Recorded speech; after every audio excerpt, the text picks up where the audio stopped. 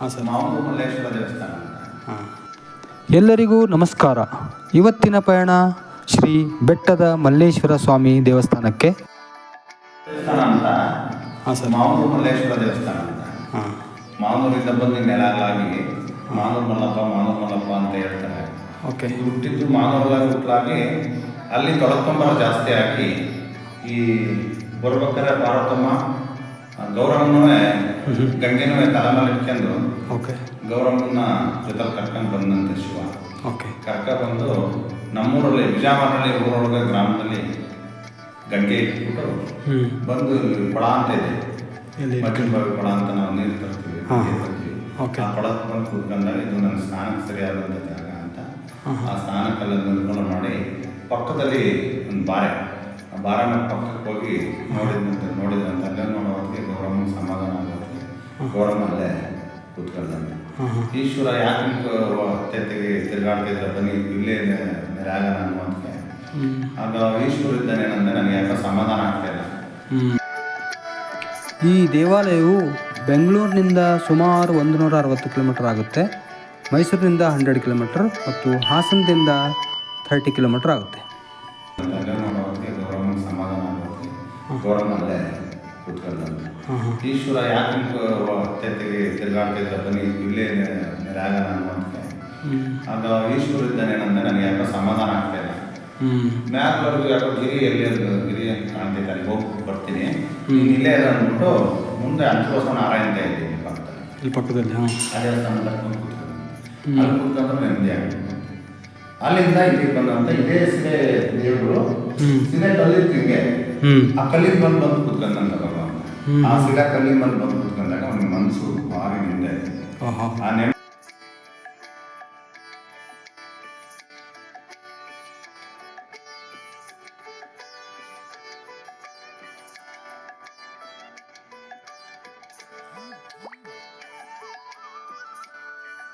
ಆ ಶಿಲಾ ಕಲ್ಲಿಗೆ ಬಂದು ಕೂತ್ಕೊಂಡಾಗ ಅವನಿಗೆ ಮನಸ್ಸು ಭಾರಿ ನೆಮ್ಮದಿ.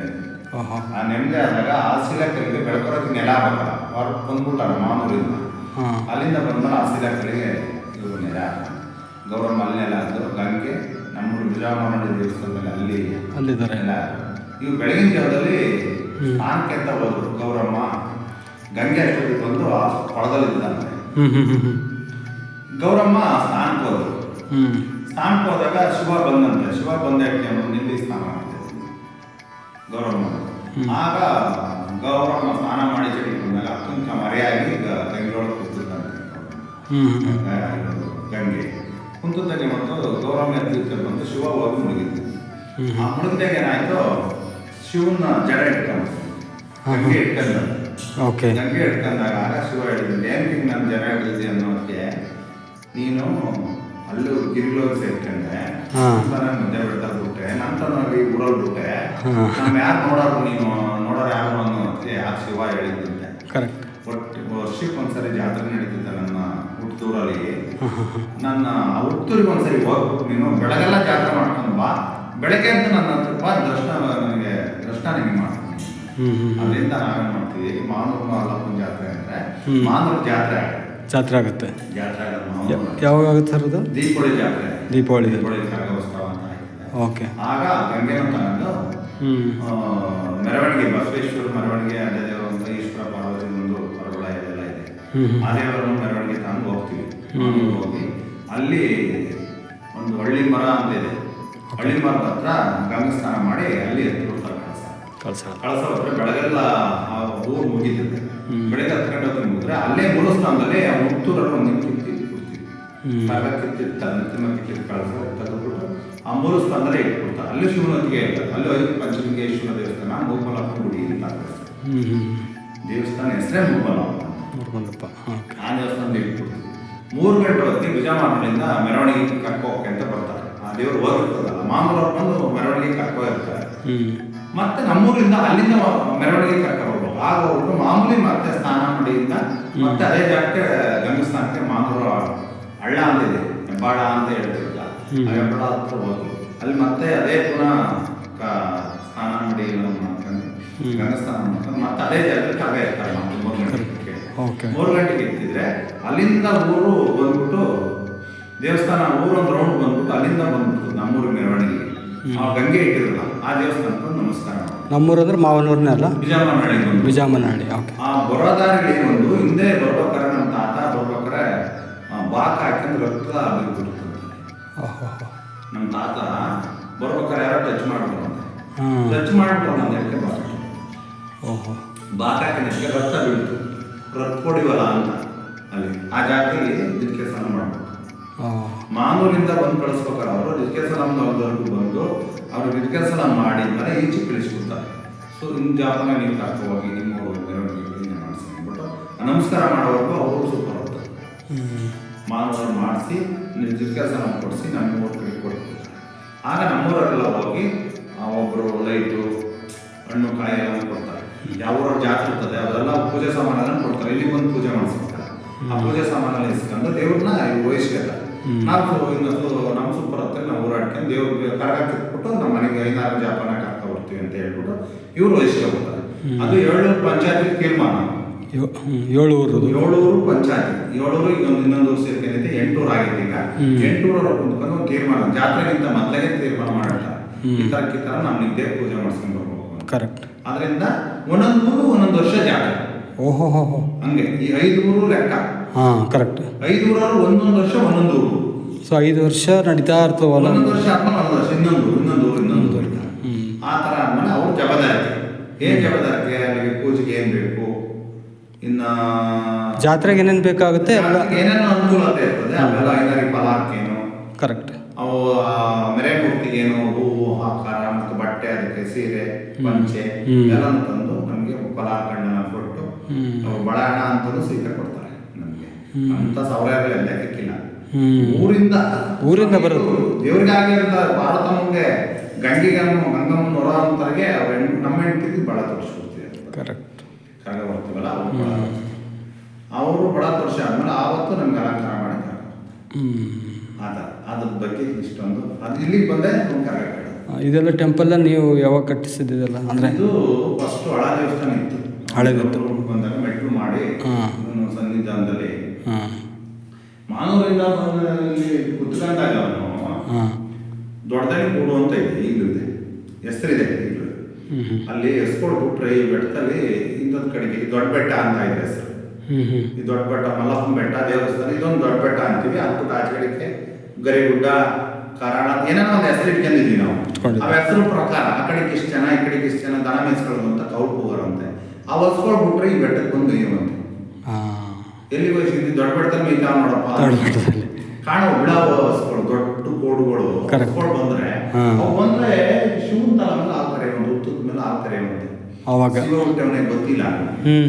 ಹಸು ಬಂದು ಆಗ್ತಾರೆ ಬೇಕಾರೆ ಏನಾಯ್ತು ಏನಿಗೆ ಬೆಳಗ್ಗೆ ಅಂದ್ರೆ ನಮ್ಮ ಹಸು ಹಾಲಿಗೆ ಬೆಟ್ಟ ಕಡೆಗೆ ಹೋಗ್ತದಲ್ಲ ಒಂದೇ ಹೋಗ್ತದಲ್ಲ ಏನು ಅಂತ ಅಂದ್ಬಿಟ್ಟು ಇವ್ರು ಏನ್ ಮಾಡಿದ್ರು ಹಸಿನ ಮಾಲೀಕನ ಬಂದಂತ ಹಿಂದ್ಗಡೆ ಅಪ್ಪ ಮಗನ ಕೊಟ್ಟು ಕೊಟ್ಟ. ಮಗ ದೊಡ್ಡದವ್ನು ಕೊಡ್ಲಿ ತಂದು ಬಂದಾಗೆಲ್ಲ ಹೋಗ್ತದಲ್ಲ ಇವತ್ತೇನು ನೀವು ನೋಡಬೇಕು ಹೊಸ ಎಲ್ಲಿ ಹೋಗುತ್ತೆ ಅಂದ್ಬಿಟ್ಟು ಹಸಿ ನಿಂದ್ಬಿಟ್ಟ ಬಂದ್ಬಿಟ್ಟ. ಹಸಿ ನಿಂದ್ಬಿಟ್ಟು ಬಂದು ಹೇಳ್ತೇನೆ ಮತ್ತು ಉತ್ತದ ಮೇಲೆ ಆಗ್ತದೆ ಕಾಲ ಹಾಕ್ಯಂಡು ಆಗ ಏನು ಕರಿತೈತೆ. ಇವ್ರೇನ್ ಮಾಡ್ದ ನಮ್ಮ ಹಸಿನಲ್ಲಿ ಹಾಲಲ್ಲಿ ಇದು ಯಾರ ಕಕ್ಕತಾವ್ರೆ ಅಂತ ಇವ್ನಿಗೆ ಮೂಡ ಗೊತ್ತಿಲ್ಲ. ಇವ್ರೇನ್ ಮಾಡ್ದ ಉತ್ತದ ಮೇಲೆ ಹೊಡಿತಿದ್ದಂಗೆ ಶಿವನ್ ತರ ಹಿಂದ್ಗಡೆ ಮಕ್ಕಿದೆ. ಹೌದ್ರಾ? ಹಿಂದ್ಗಡೆ ಮಕ್ಕಿ ಚಿಪ್ಪಾರೆ ಐತಿ. ಹೊಡೆದ್ರೆ ಐತೆ ಹಿಂದ್ಗಡೆ ಮಕ್ಕಿದೆ. ಹಿಂದ್ಗಡೆಯಿಂದ ಹೊಡೆದ್ಬಿಟ್ಟ ಅವನು. ಕೊಡ್ಲಿ ಹೊಡೆದ ಇಟ್ಟೇನೆ ಅಂದ್ಬಿಟ್ಟು ಚಿಪ್ಪು ಆರೆ ಹೋಗ್ಬಿಟ್ಟು ಆರೆ ಹೋಗ್ತಿದ್ದಂಗೆ ಕೊಳ್ಳೀರು ಅಂದ್ಬಿಡ್ತಂದೆ. ಉತ್ತ ಅದೊಳಗೈತೆ ಅಂತ ಗೊತ್ತಿಲ್ಲ, ಅದ್ರ ಮೇಲೆ ಉತ್ಕೊಳ್ಳೋದೈತೆ ಅಂತ ಗೊತ್ತಿಲ್ಲ. ಉತ್ವೆ ಅಂತ ಹೊಡೆದ್ಬಿಟ್ಟ. ಹೊಡೆದಿದ್ದಾಗ ಏನಾಗ್ಬಿಟ್ಟು ದೇವರಿಗೆ ತೆಗೆದ್ಬಿಡ್ತಲ್ಲ ಪಳಿರ ಅಂತ ಹೇಳ್ತೀವಿ ನಾವು. ದಡ ರಕ್ತಕರೆ ತಳಗಡೆಗೆ ಬಿದ್ದ ಇಟ್ಕೆ ಏನಾಯ್ತು ರಕ್ತಕರೆ ಎಲ್ಲ ಬಿದ್ದ. ಇವನೇನ್ ಮಾಡ್ದ ನನ್ನ ಮಗ ಇನ್ನವಾಗಿ ಬರುವಲ್ಲ ಅಂತ ಅಪ್ಪುಡಿಕೆ ಬಂದ. ಅಪ್ಪುಡಿಕೆ ಬಂದ ನೋಡಿದ್ರೆ ಕರೆಕ್ಟಾಗಿ ಹೀಗೆ ಹುಡುಕಿ ಬರೋಕ್ಕೆ ಹೀಗೆ ರಕ್ತಕಾರ ಶಿವ ಭಗವಂತ ಫಳ ಫಳ ಫಳ ಅಳಿತಾವನೆ. ರಕ್ತಕಾರ ಮಗ್ ಬಿದ್ದೋಗವನೆ. ಏನ್ ಮಾಡ್ಬೇಕು ಅಂತ ಗೊತ್ತಿಲ್ಲ. ಓಡೋಗ್ಬಿಟ್ಟಂತಲ್ಲಿ ಕೊಡ ಆಯ್ತಲ್ಲ ನೀರು ಹರಿತಾ ಇತ್ತಂತ ಅಲ್ಲಿ ಹೋಗಿದೆ. ಅವ್ನು ಟವಲ್ ತಂದೆ ನೀರು ಎಜ್ಜಿದ್ದ ಬಂದದೆ ಅವನ ಬಾಯಿಗೆ ನೀರು ಹಿಂಡೆ ಇಟ್ಟಿಗೆ ಎತ್ತು ಕುತ್ಕೊಂಡಂತ ದುರ್ದರ್ಶಿ ಆಗಿಲ್ಲಪ್ಪ ನೀನು ಯಾರು ಅಂತ ಅರಿವಿಲ್ಲ ನನಗೆ. ಭಗವಂತ ನನ್ನ ಮಗ ಕರೆಕ್ಟಾಗಿ ನನ್ನ ಮನೆಗೆ ಏನೂ ತೊಂದರೆ ಇಲ್ಲ. ನನ್ನ ಮಗ ನನ್ನ ತಕೊಂಡ್ರೆ ನಿಮ್ಗೊಂದು ಗೋಪುರ ಕಳಿಸ್ಕೊಡ್ತೀನಿ. ಓಹೋ ಓಕೆ.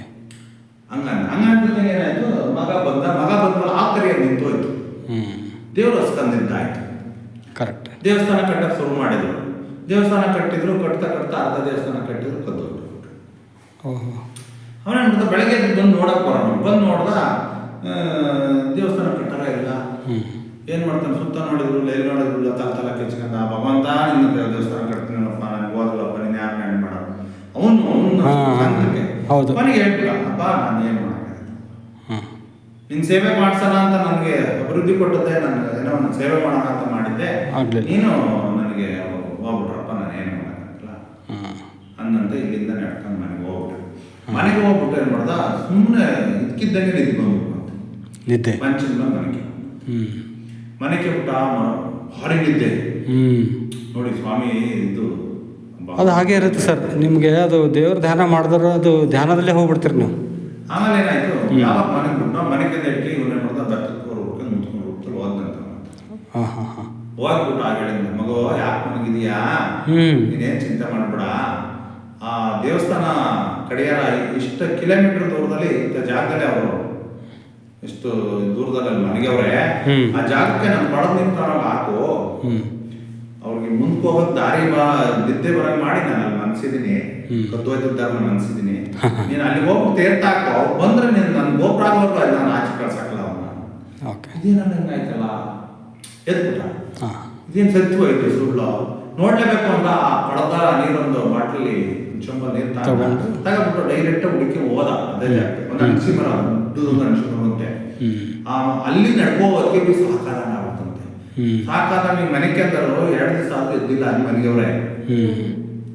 ಆಗ ಭಗವಂತ ಪ್ರಸಾದ ತನ ತೇರ್ತ ಹಾಕಿದಂತೆ ಎಚ್ಚರಿಕೆ ಆದಂತೆ ಎದ್ದು ಓಡ್ ಬಂದು ಅವ್ರ ಕಾಲಿಗೆ ಇಟ್ಕೊಂಡು, ಅಪ್ಪ ನಾವು ಈ ಥರ ತಪ್ಪು ಮಾಡ್ಬಿಟ್ಟು, ಅಪ್ಪ ನಾವೇನು ಬರಲ್ಲ, ದಾನದಲ್ಲೇ ಎತ್ತೀವಿ ಹೊರತು ನಾವು ಕದ್ದು ಹೋಗ್ಬೇಕಪ್ಪ ಅಂತ ಎದ್ದು ಅವ್ರ ಕಾಲಿಗೆ ಅಂದ್ಬಿಟ್ರು. ಅಂಟಿದ್ದಾಗ ಆಗ ಕೊನೆಗೆ ಆಗ ಕರ್ಕ ಬಂದ್ಬಿಟ್ಟು ಇಲ್ಲಿ ಬಿಟ್ರು ಅಂತ ದೇವಸ್ಥಾನ ಕಟ್ಟಾಯ್ತು. ಕಟ್ಟಾದ್ರೂ ಪೂಜೆ ಮಾಡೋ ಖರ್ಚಿಕ್ರಿಲ್ಲ, ಎಲ್ಲಿ ಹುಡ್ಕೋದು, ಒಬ್ಳು ತಂದಿಗೆ ಒಬ್ಬಳು ಮಗಳಿಂದಂತ, ತಾಯಿ ತಂದೆನ ತೀರೋಗ್ಬಿಟ್ಟವ್ರೆ, ತಾಯಿ ಮಗಳು ಇಬ್ಬರವ್ರೆ, ಪೂಜೆ ಮಾಡಕ್ಕೆ ಏನ್ ಮಾಡ್ತಾರೆ, ಗಂಡು ಮಕ್ಳಿಲ್ಲ, ಯಾರು ಊರೆಲ್ಲ ಕೂತರು, ದೇವಸ್ಥಾನ ಆಯ್ತು, ದೇವಸ್ಥಾನ ಪೂಜೆ ಮಾಡಕ್ಕೆ ಏನ್ ಮಾಡೋದು ಅಂತ ಕೇಳಿದ್ರು. ಭಗವಂತನ ದೃಷ್ಟಿ ಆ ಮಗಿನ ಮೇಲೆ ಆಕರಿಸ್ತಾ ಇತ್ತು, ಆ ಮಗಿನ ಮೇಲೆ ದೃಷ್ಟಿ ಕೊಟ್ಟಿತ್ತು. ಆಗ ಏನ್ ಮಾಡಿದ್ರು, ಈ ಜನ ಬಾಯಿಲು ಅದೇ ಬಂತು, ಹೆಣ್ಮಗು ಪೂಜೆ ಮಾಡಿದ್ರೆ ಏನಾಯ್ತದೆ, ನೆಚಡೆ ಆಗಿಲ್ಲ ಮಗ, ಸಣ್ಣ ಮಗು ಪೂಜೆ ಮಾಡ್ಬೋದು, ಆ ಮಗನ ಕರ್ಕೊಂಡು ನಡ್ರಿ ಪೂಜೆ ಮಾಡ್ಸೋಣ ಅಂದಾಗ ಏನ್ ಮಾಡಿದ್ರು, ಆ ಮಗ ಆ ಕೊಡದಲ್ಲಿರೋ ನೀರು ತಗೊಂಡು ಹೊತ್ಕೊಂಡು ತಾಯಿ ಮಗಳು ಊರಲ್ಲಿ ಒಂದು 10 ಜನ ಕರ್ಕ ಬಂದ್ರಂತೆ. ಕರ್ಕ ಬಂದ್ಬಿಟ್ಟು ಆಗ ಕೂಡ ಇಷ್ಟೊಂದು ಪೂಜೆ ಮಾಡಿಸ್ಬೇಕು ಅಂತ ಗೊತ್ತಿಲ್ಲ, ಆ ಕರ್ಕ ಬಂದ್ಬಿಟ್ಟು ಬರೋದಾರಲ್ಲಿ ಗಂಧದ ಪತ್ರೆ, ಕಾಡು ಮಲ್ಲಿಗೆ ಹೂವು ಅಂತ ಬರ್ತದೆ, ಆ ಮಲ್ಲಿಗೆ ಹೂವು ಬಿಲ್ಪತ್ರೆ ಕುಂಕೆ ಬಿಟ್ಟು ತಂದ್ರಂತೆ. ತಂದ್ಬಿಟ್ಟು ಆ ಮಗ ಏನ್ ಮಾಡ್ತಾ, ಶಿವನ ತಲೆ ನೀರು ಹೆಣ್ಣು, ಆ ನೀರುದಾಗ ಏನಾಯ್ತು, ಶಿವ ಹಸ್ಕಂದಿದ್ನ, ಆ ಕರೆ ಬಿಟ್ಟಾದ್ಮೇಲೆ ಹಸ್ಕಂದಿದ್ನ. ಅವತ್ತೇನಂತ ಹೇಳ್ದ, ಅವ ನಿನ್ ಸಂತಾನ ಬೆಳೆದ ಹೋಗ್ಲಿ, ನಿನ್ ಸಂತಾನ ಬೆಳೆದವ್ರಿಗೆ ಅಂದ್ರೆ ಮಕ್ಕಳು ಫಲ ಇಲ್ದಿದ್ದೆ ನನ್ನಪ್ಪ, ಮಕ್ಕಳು ಫಲ ಎತ್ತಿದ ಕೈ ನನ್ನ ದೇವರು ನನ್ನಪ್ಪ. ಒಂದು ಹೆಣ್ಣು ಮಗುವಿನಿಂದ ಪೂಜೆ, ಆ ಮಗುವಿನಿಂದ ನಾವು ಬೆಳೆದ ವಂಶ ನೀವೇ ಬೆಳೀತು. ಆ ಮಗನ ಏನೋ ಒಂದು ಸಂಬಂಧ ಒಂದು ಹೆಣ್ಣು ತಂದು ಮದುವೆ ಮಾಡಿ ಆ ಮನೆಯಿಂದ ನಮ್ದು ಸ್ಟಾರ್ಟ್. ಈ ನನ್ನಪ್ಪ ಇವತ್ತು ಹೆಣ್ಮಕ್ಳು ನಮಗೆ ಅದರಿಂದ ಹೆಣ್ಮಕ್ಳು ಕಡೆ, ಹೆಣ್ಮಕ್ಳು ಇಲ್ಲದೆ ಇದ್ದರೆ ವಂಶವೇ ಇಲ್ಲ. ನಾವು ಹೆಣ್ಮಕ್ಳೇ ಜಾಸ್ತಿ ನಮ್ಮ ಮಲ್ಲಪ್ಪಂಗೆ. ಹೆಣ್ಮಕ್ಳು ನಮ್ಮ ಮಲ್ಲಪ್ಪಂಗೆ ಏನು ಸೂತ್ಕ ಸಂಬಂಧ ಆ ಥರದ್ದೇನಿಲ್ಲ. ನಾವು ಆಗ್ತಿರೋದು ನಾವು ಆಗಲೇ ದಪ್ಪನ ಮಾಡಿ ನಾವು ಬಂದ್ಬಿಟ್ಟು ಸ್ವಾಮಿ ಸೇವೆ ಅಂತ ನಿಲ್ಲಿಸಲ್ಲ. ಆದರೆ ನಾವು ಗಂಗೆ ಬಿಟ್ಟು ಸ್ನಾನ ಮಾಡ್ಕೊಂಡು ನಾವು ಪವಿತ್ರ. ಅದರಿಂದ ಆ ಮುಟ್ಟಿದೂರು ಮಾವನೂರು, ಅಲ್ಲಿಂದ ಬಂದು ನೆಲೆಯಾಗಲಿ ಮಾವನೂರು ಮಲ್ಲಪ್ಪ ಅಂತಾರೆ. ಮಲ್ಲಪ್ಪ ಗುಡಿ ನಾವೇನು ಮಂತ್ರ ಹೇಳಾಗಿಲ್ಲ. ಇವತ್ತಿನ ಪ್ರಪಂಚದ ತಕ್ಕನಾಗಿ ನಮ್ಮ ಮಕ್ಕಳೆಲ್ಲ ಮಂತ್ರ ಕಲಿಸಿದ್ದೀವಿ. ನಾವೆಲ್ಲ ಮೂಢನಂಬಿಕೆ ಸತ್ತಿದ್ದರಿಂದ ದೇವರು ಆನನಾಪ ಸತ್ತಿಂದ ಕಗವರ ಅಂತ ವಂಶ ನಮ್ಮದು. ಅದರಿಂದ ಈ ಮಲ್ಲಪ್ಪ ಮಕ್ಕಳ ಫಲದಲ್ಲಿ ಇರ್ತದೆ, ಅದಕ್ಕೆ ಮಾವನೂರು ಮಲ್ಲಪ್ಪ ಅಂತಾರೆ. ಆಯ್ತು